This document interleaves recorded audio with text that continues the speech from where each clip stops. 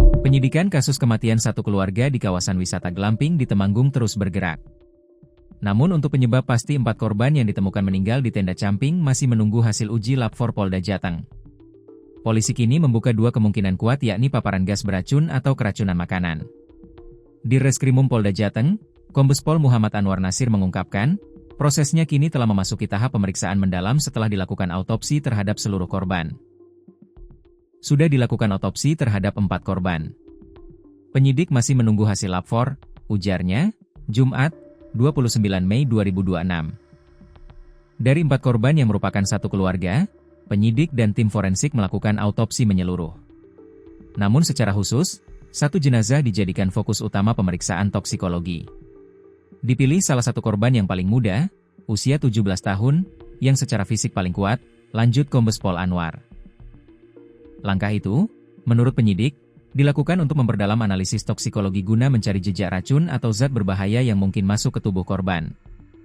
Hingga kini, polisi belum menyimpulkan penyebab kematian.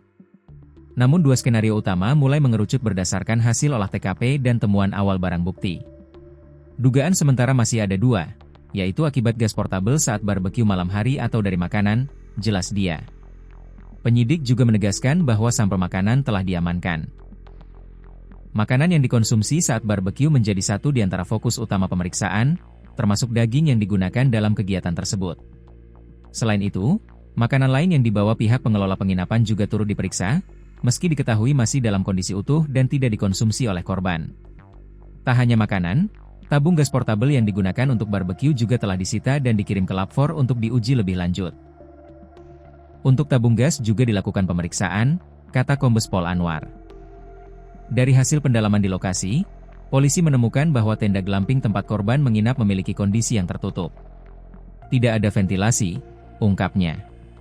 Kondisi itu menjadi perhatian penyidik, karena secara teoritis dapat menyebabkan akumulasi gas berbahaya di dalam ruangan jika terjadi kebocoran atau pembakaran tidak sempurna. Meski demikian, polisi belum memastikan apakah gas karbon monoksida, CO, atau sianida, CN, yang menjadi penyebab kematian. Itu masih harus dipastikan, apakah dari CO atau CN, kata dia. Barang bukti telah diamankan dari lokasi, termasuk sisa makanan barbeque, tabung gas portabel, peralatan memasak, dan sampel bahan makanan mentah. Semua barang tersebut kini tengah diperiksa di lab for untuk uji toksikologi dan kimia.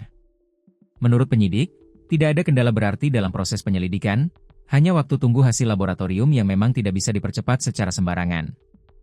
Kendalanya hanya menunggu waktu. Karena ada tahapan pemeriksaan di lab for yang harus dilakukan secara hati-hati, jelas Kombes Pol Anwar.